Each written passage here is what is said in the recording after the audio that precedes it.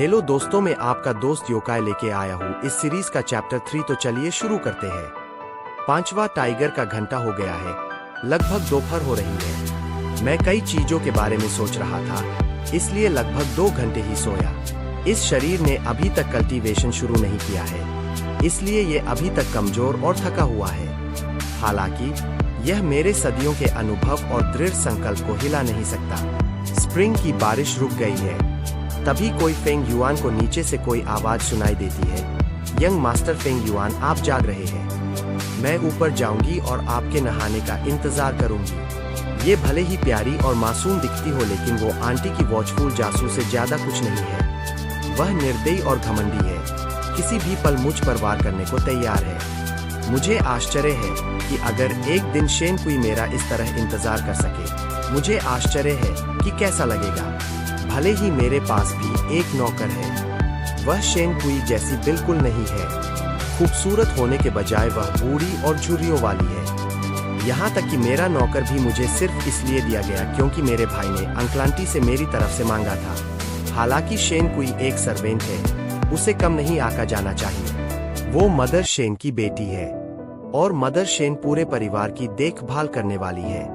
वो अंकल और आंटी दोनों का पूरा विश्वास रखती है, इस प्रकार उसका अधिकार छोटा नहीं है।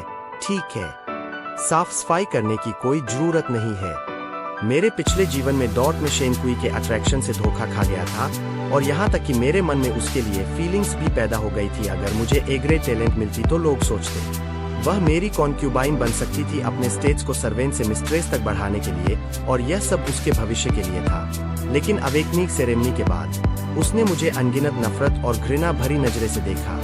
फेंग युआन कहता है, हालांकि अब मुझे अब कोई परवाह नहीं है, तुम जा सकते हो। शेन कुई कहती है, ठीक है।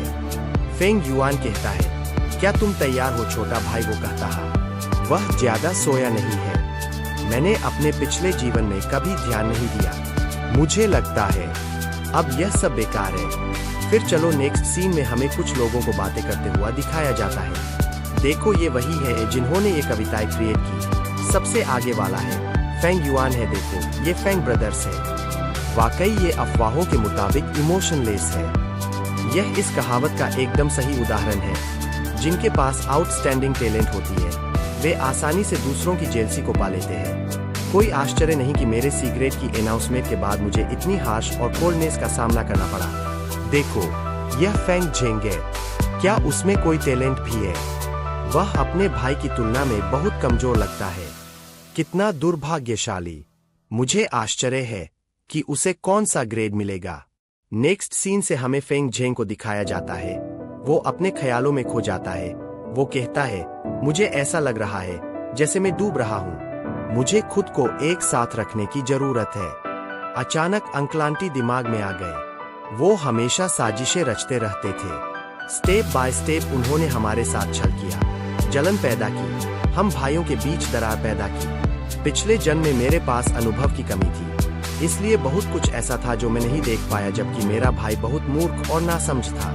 तो अंकल की योजना सफल हो गई, लेकिन अब मेरे पास नॉलेज और समझदारी है जो इमोर्टल के बराबर है। सेरेमनी तेजी से नजदीक आ रहा है। सिचुएशन बदलना मुश्किल हो सकता है, लेकिन डीमोनिक तरीकों और बुद्धि से यह असंभव नहीं है। मैं शेन कुई को एक कॉन्क्यूबाइन में बदल सकता हूँ। शुरू में फेंग झेंग को पूरी तरह दबाया जा सकता है, और अंकल और आंटी यहाँ तक कि क्लेंग के एल्डर्स को भी मेरे पास उन्हें हराने के कम से कम सैकड़ों तरीके हैं। लेकिन मुझे ऐसा करने का मन नहीं है। तो क्या हुआ अगर वह और भी खूबसूरत हो गई? वफादारी के बिना वह बेकार है। तो क्या हुआ अगर वह मेरा अपना भाई है? मैं उसे किसी भी समय छोड़ सकती हूँ। तो क्या हुआ अगर ये आंटी, अंकल या क्लेंग के एल्डर्स हैं?